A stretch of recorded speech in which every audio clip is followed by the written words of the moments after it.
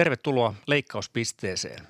Studiossa perinteiseen tapaan Aleksi Jäntti ja Pia Hiltunen. tänään puhutaan drooneista. Tuossa nimittäin Suomenlahdella on ollut aika vilkasta drooniliikennettä ja sitten jokunen viikko sitten tänne huomattiin, että Suomi on harhautunut muutama drooni ja nyt sitten ihan viimeisimpänä on tämmöinen drooniuhka päällä, mutta koskaan yhtään droonia ei Suomen puolelle siinä tilanteessa tullut. Ja tässähän on taustalla se, että Ukraina käy puolustussotaa Venäjää vastaan ja on saanut, se on oikeastaan kaksi tekijää, että miksi se on nyt ruvennut hyökkäämään tuonne Koivistoon, eli Primorskiin ja sitten Laukaan suuhun, eli Ustlukaan. Ensimmäinen on se, että se on saanut luvan siitä, Yhdysvaltain presidentti antoi luvan, että saa hyökätä tämmöiseen strategiseen kohteeseen ja toinen on se, että Ukrainan kyky tämmöiseen pidemmän kantaman sodankäyntiin on parantunut tässä sodan aikana. Mutta mitä ajatuksia sulla itsellä, voit laajemminkin, mutta ainakin nyt tämä viimeisin tapaus, mikä on tässä ollut mediassa esillä paljonkin. Joo, eli puhutaan viime viikon perjantain tapauksesta, kun ilmatila suljettiin Uudellamaalla. Ja niin kuin sanoitkin, mistä on kyse puolustuksesta Ukrainan puolelta Venäjää vastaan. Ja tämähän on Venäjän hybridivaikuttamista Suomeen, koska he pyrkii ohjaamaan droonit tänne niin kuin Eurooppaan ja Suomen puolelle. Ja mun mielestä on kyse äärimmäisen vakavasta aiheesta ja ei ole niin kuin mitään syytä vähätellä, vaikka yhtään droonia ei tipahtanut eikä tarvinnut tässä tilanteessa onneksi ampua alas käsittääkseni, mutta tämä aihe on sillä tavalla nyt akuutti ja kiinnostava myös siitä näkökulmasta, että miten meillä toimii puolustuksen lisäksi tiedotus kansalaisille. Ja on tullut esille, että sehän ei hirvittävän hyvin toimi ja siinä on ollut monenlaisia puutteita ja nyt on käyty laajaa keskustelua siitä, että milloin me saadaan nämä niin kuin ilmoitusjärjestelmät, varoitusjärjestelmät kansalaisille käytäntöön ja ne pitäisi saada mahdollisimman pian, että tämä tilanne on akuutti, sotaa käydään naapurissa aktiivisesti jatkuvasti ja me ollaan tässä niin lähellä ja tällaisia tilanteita on tullut esille, niin meidän pitää pystyä reagoimaan. Ja se lisää ihmisille myös turvallisuuden kokemusta arjessa, kun tiedetään, että tieto kulkee ja puolustus toimii. Että tämmöisiä tilanteitahan ei tulisi, jos meillä olisi Venäjälle kunnon pakotteet käytössä ja näihin kriittisiin kohteisiin ei tarvitsisi hyökätä. Niin, tähän jos mä tartun tuohon viimeiseen, niin Venäjällähän on ollut pakotteet öljyn, kaasun ja nimenomaan energian suhteen, koska energia on Venäjän merkittävin vientituote. Ja Venäjä on kiertänyt näitä pakotteita tällä varjolaivastolla, jotka aiheuttaa esimerkiksi ympäristöriskin. Ne ei ole tämmöisiä jäävahvisteisia aluksia. Tietysti näin, kun jäätä ei ole Suomenlahdella tai Itämerellä ylipäätään, niin se riski ei ole niin suuri. Ja länsi ei ole onnistunut omilla toimenpiteillään keskeyttämään tämän vairolaivaston toimintaa. Eli Venäjä on onnistunut kiertämään näitä pakotteita. Ja Venäjän öljyviennistä noin 50% menee tuossa Itämerellä. Ja nyt sitten Ukraina kuitenkin omin toimenpitein onnistui sillä ainakin hetkellisesti, että se vaikutti näihin keskeisiin öljysatamiin tuossa. Ja tämä on kiinnostavaa, että oikeastaan kaikessa, vaikka länsi totta kai tukee Ukrainaa, mutta Ukraina ainoastaan omilla toimenpiteillä on pystynyt sitten tekemään ratkaisevia juttuja tässä sodankäynnissä muutenkin. Vaikka tietysti sota jatkuu, mutta tämmöisissä niin kuin tietyissä segmenteissä. Kyllä, ja heidän täytyykin tehdä ratkaisunsa, mutta niin kuin tässä nostettiin molemmat esille tämä EU-rooli tässä vahvemmin näiden pakotteiden osalta. Ja se, että pitää tukea, mutta pitää tukea niin vahvasti, että tämä sota saadaan päätökseen. Että ei se, että me tuotaan just sen verran, että pystytään jatkamaan, niin se ei ole kenenkään etu eikä myöskään meidän omakaan etu. Niin se on ollut niin kuin ihan keskeinen ongelma, että Eurooppa, mukaan lukien Euroopan unioni, Yhdysvallat ja laajemmin koko globaali länsi ei ole uskaltanut tukea Ukrainaa niin paljon kuin olisi tarvinnut ja semmoisella aseistuksella. Ajatus on ollut se, että se toimisi eskalaationa, vaikka historia ja kaikki venäläisessä ajattelussa ja kulttuurissa osoittaa, että voiman osoittaminen ja voiman käyttäminen päättäväisyys on deeskalaatiolta, eli ne niin kuin vähentää niitä Venäjän toimenpiteitä, koska Venäjä etsii koko ajan, tämä hybridisodankäynti, mihin viittasit, niin se etsii koko ajan heikkoja kohtia kokeile pistimällä, jos on pehmeitä työnä, jos on kovaa väistä. Ja tämä on yksi sellainen myöskin tässä, että Venäjä pyrkii ohjaamaan niitä ja droneja, häiritsemään niitä ja mahdollisuuksien mukaan ohjaamaan sitten esimerkiksi tässä tapauksessa Suomeen, jolloin ei voida suoraan osoittaa, että se olisi venäläisten aggressio, vaan Ukrainan aggressio ja taka-ajatuksena on se, että käännetään yleinen mielipide Ukrainaa vastaan. Ja esimerkiksi Ukraina tukea vähennetään, vaikka päinvastoin sitä pitäisi lisätä. Just näin, ja siksi täytyy juurikin tietää, mistä tässä on kyse ja reagoida niin kuin tarkoituksenmukaisella tavalla. Mä haluan palata tuohon viime perjantaihin vielä, mihin viittasinkin ja mihin sinäkin viittasit tässä aiheessa, mikä on ehkä nyt konkreettisin semmoinen isoin ja näkyvin tilanne. Siinä oli yön aikana, oliko se torstai-perjantai välisenä yönä tieto näistä, että voi tulla droneja Uudenmaan alueelle ja siihen niin kuin reagoitiin puolustuksen puolesta ja tehtiin toimenpiteitä, mutta sitten kansalaisille se tiedon kulku, että tämähän on niin kuin ihan olennainen just vaikka kun puhutaan hybridivaikuttamisesta, että miten voidaan meihin vaikuttaa, että jos me ei saada riittävää tietoa, niin sehän aiheuttaa sekasortoa ja kaaosta ja pelkoa. Tai voi aiheuttaa. Joo, mutta että nyt tavallaan se, että miten tästä eteenpäin, kun kysytään, mä sain viestejä esimerkiksi, että saiko kansanedustajat missä kohtaa tiedon. Miten se meni? No sehän tuli aika myöhään. Mä en katsonut, mä itse en ollut Suomessa, niin mä en sano esimerkiksi 112 applikaatio, joka mulla on tuossa puhelimessa, niin ei tullut mitään. En tiedä, johtuuko se siitä vai jostain muusta, mutta mulla ei siihen tullut mitään tietoa. Vaikka asetukset on semmoista, sen pitäisi niin kuin hälyttää ja äänenvoimakkoudet ja muut. Mä tsekkasin jälkikäteen sen sitten. Tosin sitten oli Suomessa. Niin. Edustajakollega totesi tuossa ruokapöytäkeskustelussa, että se ilmeisesti johtuu myös siitä, että se 112-sovellus ei ole tunnistanut, jos sä vaikka esimerkiksi kuljet eri kaupungeista toisiin ja se ei ole tällä alueella ollut, niin se ei ole päivittänyt, että sä oot takaisin täällä niin siinä Helsingissä. Mutta siinä varmaan pitää asetuksessa olla, että saa seurata mullakin kuin käytettäessä. Niin. Joku voi laittaa, että saa seurata ainoastaan käytettäessä. Mullakin saattaa itse asiassa olla semmoinen asetus, täytyypä tarkastaa se. Joo. Moni applikaatiohan kysyy sitä. Joka tapauksessa mulla ei edes kyllä tuota sovellusta ollut ja siitä on monessa tilanteessa kyllä aikaisemminkin tullut esille, että se kannattaisi ladata ihan niin kuin itsensä takia, ei pelkästään tässä niin kuin puolustuksen näkökulmasta, mutta jos sattuu jotakin, niin sittenhän se tunnistaa paikan, missä sitä apua tarvitaan tai näin. Ja on sen jälkeen asian hoitanut kuntoon. Mutta eduskunta tiedotti tästä hirveän myöhäisessä vaiheessa. Ja vaikka tämä ei ole nauruasia, niin mun tiedotus toimi 8-vuotiaan kummitytön puolesta samaan aikaan, kun eduskunta tiedotti. Eli siinä vaiheessa, kun se asia oli jo mediassa ja kaikkialla ja uhka oli jo lähestulkoon ohi. Eli tiedotettiin, että vaara ohi ja voi siirtyä töihin ja kouluihin.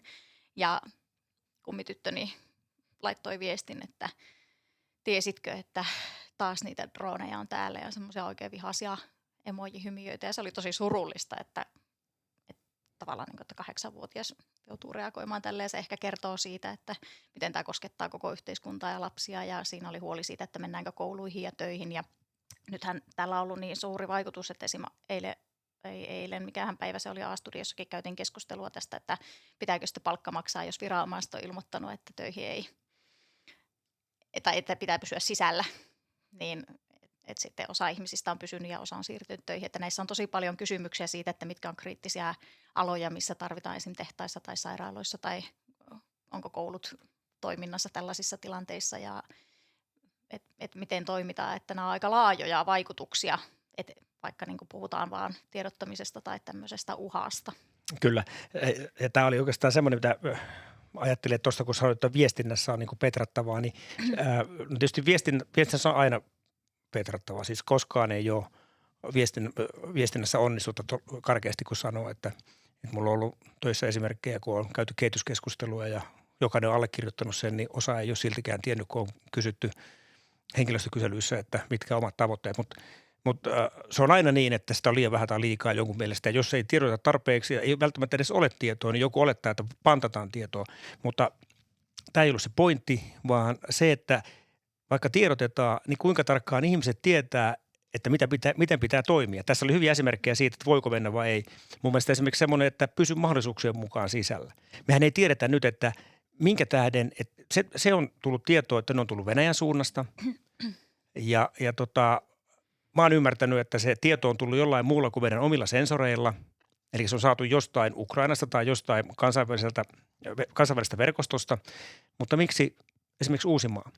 Ja tietenkin tässä, nyt kun mä en ole minkään salaisen tiedon ääressä, niin voisi paljonkin spekuloida, mutta miksei aikaisemmin, koska jos ne tulee idän suunnasta, niin nehän lentää Itä-Suomen yli joka tapauksessa. Että onko viranomaiset arvioinut, että siellä se väestötiheys tai rakennustiheys on niin harva, että on suurempi uhka torjua ne, kuin että jos ne putoo sinne. Koska silloin, kun niitä lähdetään torjumaan, niin sieltä ainahan, mikä taivaalle menee, niin tulee myöskin alas, jos ei se siellä pala tai räjähdä. Niin ja siis mehän oltiin jo tilanteessa, että Itä-Suomi oli tässä, josta löydettiinkin sitten Kyllä. droneja, mutta eihän silloin käyty samanlaista keskustelua, että nimenomaan tuo, mistä puhuit väestön tiheydestä, että sillä on niin kuin varmasti vaikutusta. Kyllä, mutta itse mä ajattelen niin, että tässä viestinnässä totta kai siinä niin kuin akuutissa tilanteessa, mutta myöskin varmaan on semmoisia kysymyksiä, mitä muista viranomaisten pitäisi niin kuin pohtia, että mitä ne, että olisi enemmän vastauksia kuin kysymyksiä. Just se, että minkä tähden se oli se nimenomaan se Uusimaa ja nyt ei kerrottu, mä ymmärrän sen, että ei kerrota, että mistä se tieto on välttämättä tullut, että varsinkin esimerkiksi ilmavoimat on hyvin tarkkoja näistä operatiivisista toiminnoista tiedottamisesta, että yleensä niistä ei kerrota mitään, mutta tässä kun se rupeaa koskeen koko kansaa, niin mun mielestä pitäisi pystyä niin kuin vähintään yleisellä tasolla, vaikkei puuttuisi yksittäisiin tämmöisiin tapauksiin, niin kertoo auki, että mitä siinä silloin tapahtuu, kun esimerkiksi lähdetään droneja torjumaan, että vaikka laivalta ammusilmatorjunnalta voidaanko torjua rannikon suuntaan, jos siinä on asutuskeskus ja niin edelleen. Okei, nyt. Mennäänkö vähän liian teknisiin? Nyt mennään niin pitkälle, että mä ajattelisin, että noita ei tarvitse niin iltapäivälehdissä spekuloida ja niin kuin kertoa, koska harvoin niissä kokonaiskuvaa kuitenkaan ihan täydellisesti niin kuin tietona tuodaan. Mutta se näkökulma, että ihmiset tietää, että miten toimitaan näissä tilanteissa ja ehkä tuo, että jos meidän niin kuin puolustusviranomaiset yhteistyössä niin kuin muiden osallisten toimijoiden kanssa niin kuin on tunnistanut tilanteen, saanut luotettavan tiedon tai niin kuin luotettavasta lähteestä tiedon ja niin kuin kokevat ja näkevät tarpeen reagoida ja ovat valinneet tavat ja tietävät mitä tehdä, niin mä haluan, että yhteiskunnassa me voidaan luottaa siihen, että ei mulle tarvitse avata kaikkea sitä, mutta mä haluan, että myös sitten valtioneuvostossa, eduskunnassa on asianosaisilla päättäjillä niin kuin se ajantasainen tieto niin tarkasti kuin se voi olla. Ja varmasti niin onkin. Totta kai se onkin, että me ei olla puolustusvaliokunnassa esimerkiksi, niin silloin meillä ei ole se sama tieto. Ja sen takia tämä onkin ihanaa, kun me voidaan spekuloida, että jos olisi tarkka tieto, niin voitaisiin sanoa, että nyt me ei voida kertoa. Me ei voida keskustella, mutta että me ollaan niin kuin ihan samojen tietojen varassa, mitä niin kuin kansalaiset. Kyllä. Ja se on mun mielestä kuitenkin sellainen kysymys tähän niin kuin viestintään, että ei se toimi. Ja mä en tarkoita viestinnällä sitä, mitä lehdessä kerrotaan, vaan se, että meillä pitäisi olla tämä hälytysjärjestelmä käytössä ja ihmiset saa silloin tiedon, kun pitää reagoida tai mennä sisätiloihin tai kaivautua kuoppaan, niin kuin jossakin uutisissa sitten myöhemmin oli. Että ihmisten pitää tietää, tai tarviiko, no onhan meillä puhuttu tästä 3 vuorokauden varautua, oliko se 3 vuorokautta varautua? No joo. Niin, mutta niin kuin kaikkea tällaista, mitä nyt koko ajan keskustellaan, mutta että kyllä se lisää sitä niin kuin tämmöisen Taviksen arjen turvallisuuden tunnetta, että sä toki oot alan ihmisiä muutenkin ja niin sen tähden mä haluan reagoit eri tavalla. Niin ja siis se, että tämä on kiinnostava näkökulma, kun sanotaan, että ei tarvitse tietää ihan kaikkea, mikä voi olla ihan hyväkin, mutta sitten mä taas itse ajattelen, että koska mä oon aktiivinen toimija, niin mä lasken myöskin riskejä, että jos mä tiedän, että okei se johtuu tosta, niin on todennäköisempää, että koira puree mua jalkaan kuin että mä saan jonkun taivalta tippuvan pienen metallikappaleen käteeni esimerkiksi, että niin tuohan ei todennäköisesti välttämättä ole se, niin kuin, mitä siitä tulee taivaalta tippua pieni metallikappale käteen, mutta niin ei me tiedetä. Niin, mutta mä vaan niin kuin tarkoitan sitä, että niin kuin sanoinkin, että kun sä oot alan ihmisiä, niin sä suhtaudut tähän eri tavalla. Ei niin kuin tarkoita sen, niin kuin, ehkä sä osaat laittaa eri tavalla myös mittasuhteisiin just mitä sä itsekin tarkoitit tuossa puheenvuorossa, että mikä on todennäköisyys sattua tai tapahtua, mutta sitten ei meillä ole sellaista niin kuin käsitystä siitä, että tipahtaako kookospalmusta päähän vai? Niin no, mutta Tuleeko kato, kun mä oon drooni? ollut esimerkiksi Ukrainassa, tämä tietohan tietysti sitten, jos tästä tulee niin kuin toistuvaa, niin tieto samalla myöskin läpäisee koko yhteiskunnan joka tapauksessa johonkin tasoon asti. Esimerkiksi Ukrainassa, kun on nämä ilmahälytysapplikaatiot, niin ne ilmoittaa heti, kun Venäjällä nousee tämmöiset lavetit, eli lentokoneet, jotka voi laukasta esimerkiksi risteilyohjuksia. Tulee yleishälytys kaikkialle. Sitten tulee kohdennettu hälytys, kun tiedetään, että nyt sieltä taivaalla lentää jotain tiettyä aluetta kohti, niin sitten tulee niin kuin tarkempi hälytys, että nyt on suurempi tällä alueella. Ja sen lisäksi ihmiset vielä seuraa siellä ilmavoimien Telegram-kanavalta, koska siellä ne kertoo ihan tasan tarkkaan, että minkä tyyppistä kalustoa siellä tulee. Ja silloin, jos ne ampuu pallisilla ohjuksilla, joita on todella vaikea torjua ja ne tulee nopeasti, niin sitten se on vaan niin kuin huonoa säkää, jos se osuu kohdalle. Niitä ammutaan joitain kappaleita silloin, kun puhutaan sadoista Shahed, tämmöistä hitaista lennokeista, eli niiden kohdalle osuminen on epätodennäköistä, jos et sä ole jossain strategisessa kohteessa. Mutta kuitenkin, että ihmiset, niin kuin se elämä pyörii sille ihan normaalisti, niin suurin piirtein tietää, mitä mikäkin tarkoittaa ja voi suhteuttaa. Ja täällä sitten se, että kun sanotaan, että pysykää sisätiloissa, niin okei, voiko mä tehdä mitään? Itse ajattelen niin, että esimerkiksi tässä tilanteessa tuntematta yksityiskohtia, niin ehkä oikeus olkaa mahdollisuuksien mukaan sisällä. Että koska väkimäärä on niin suuri ja jos ruvetaan niitä torjumaan, niin sieltä saattaa jotain tulla alas, niin jos ei sun ole pakko mennä johonkin, niin on mahdollisuuksien mukaan sisällä. Mutta todennäköisesti esimerkiksi olet auton sisällä, niin se jo saattaa estää sen joukkoliikenteessä. Mutta nämä on kiinnostavia kysymyksiä. Itse mä lasken, kun me oltiin viimeksi Ukrainassa, siellä yliopistossa oli tämmöinen keskustelu, missä oli oppilaita tai opiskelijoita ja professoreita ja muita. Sitten ne opiskelijat kysyivät, miten te uskallisit tulla tänne, kun yleensä ne ei, niin kuin kansanedustajat ja muut ei uskalla tulla. Ja mä sanoin, että mä arvioin todennäköisyyksiä. Niin, mutta ehkä just tuo, että kun nämä tilanteet on uusia meillä täällä. Sä oot vähän niin kuin ohittanut tämän hälytysjärjestelmän kehittämisen tässä monta kertaa, kun mä oon sitä koittanut tivata, että mitäs hallitus nyt tekee. No hallitus sitä ei kehitä, vaan viranomaiset, mutta on samaa mieltä. Meillä on olemassa oleva järjestelmä maailmalla, niin se, että se otetaan käyttöön, että kyllä jos todetaan, että ehkä vuodenvaihteessa, niin kyllähän se pitäisi ottaa niin kuin käyttöön saman tien. No mä oon sanonut sitä jo alusta asti, että silloin kun ne oli ne Itä-Suomen jutut, niin sanoin jo, että turha ruveta keksiä itse jotain ja pyörittää tuolla, että näyttää siltä, että tämä on vaan niin kuin byrokratiasta kiinni, että nyt vaan pitäisi tehdä päätökset ja suoralinjaisesti, että näin tehdään ja sillä mennään eteenpäin ja takaraja on toi. Joo. No, mutta hei, on aika raskas aihe ja niin kuin mun mielestä on hyvä käydä tällaista keskustelua ja ennen kaikkea kuulla näitä sunkin huonoja näkemyksiä. Ei ne ole huonoja näkemyksiä. Ehkä tämä avaa ihmisille sitä, just mun mielestä on hyvä ajatella tätä todennäköisyyttä ja se, että saadaan tietoa ja miksi ei järjestelmät toimia, onko ne tulossa tai tällä, että kyllä ihmiset tarvii ja on oikeutettuja saamaan sen tiedon, jotta voi elää turvallista arkea, vaikka tässä ei, niin kuin sanoit, niin suoraa sotilaallista uhkaa ja riskiä meillä täällä ole. Ja ehkä vahvistaa myös käsitystä siitä, miten tärkeä se tuki Ukrainalle, vahva tuki Ukrainalle muiden kanssa yhteistyössä on. Mutta mä sanon tähän 2 asiaa. Ukraina toimii oikeutetusti, meidän täytyy tukea sitä niin kuin järkähtämättömästi ja toinen on, että kannattaa kuunnella viranomaisten ohjeita. Niin silloin itse todennäköisesti on. Just näin. Melkein sai vedettyä yhteen ja sä tiivistit sen vielä. Mutta mennäänkö kevyempiin loppukevennykseen? Tai en mä tiedä, onko tämä edes kevennys, mutta tämä on tämä meidän eduskuntauutinen. Nimittäin keskustanuoret haluaa Suomeen valtiollisen deittipalvelun. Mitä ajatuksia? Mitä hallitus aikoo tehdä? Tämä oli itse asiassa Iltalehden uutinen. No mun mielestä ei tarvi. Me tarvittaisiin joku systeemi, millä pidettäisiin nuoriso pois sieltä kaikissa sovellusten parista. No niin. En mä tiedä, onhan se aina parempi, että kohdataan kasvokkain, mutta miten tuo valtakunnallinen valtion deittipalvelu eroaisi Tinderistä tai muista tämän päivän? Se olisi valtavan paljon jäykempi ja parempi. Sieltä saisi byrokratiaa ja varmat matchit. Joo, mutta takuutoimitus. Siis mä luin se voitaisiin syyttää valtio siitäkin, että tämä ei onnistunut, vaikka mä käytin teidän deittipalvelua. Missä vika? Onko oppositiossa vai hallituksessa? No niin. Mutta tässä oli niinku se, että sit, kun valtiolla on kuitenkin sinusta tietoa, niin sitten se löysi sinne kaikkia ja katsoisi sieltä niitä mätsejä. Mutta mistä me tiedetään, että löytääkö semmoisia niinku vastakkaisia pareja, koska monesti sanotaan, että vastakohdat täydentää toisiaan, mutta kyllähän elämä on helpompaa, jos on samansuuntaisia ajatuksia. Niin. Että onkohan keskustanuoret miettinyt nyt sitten loppuun asti? No ei varmasti, kun tuommoista esittää, mutta En ole koskaan käyttänyt näitä palveluja. Toivottavasti ei koskaan tarvitse Ja käyttääkään. toivottavasti valtio ei sekaannut tällaisiin. Niin, Ensi kyllä. viikkoon. Sinne. Moi. Moikka.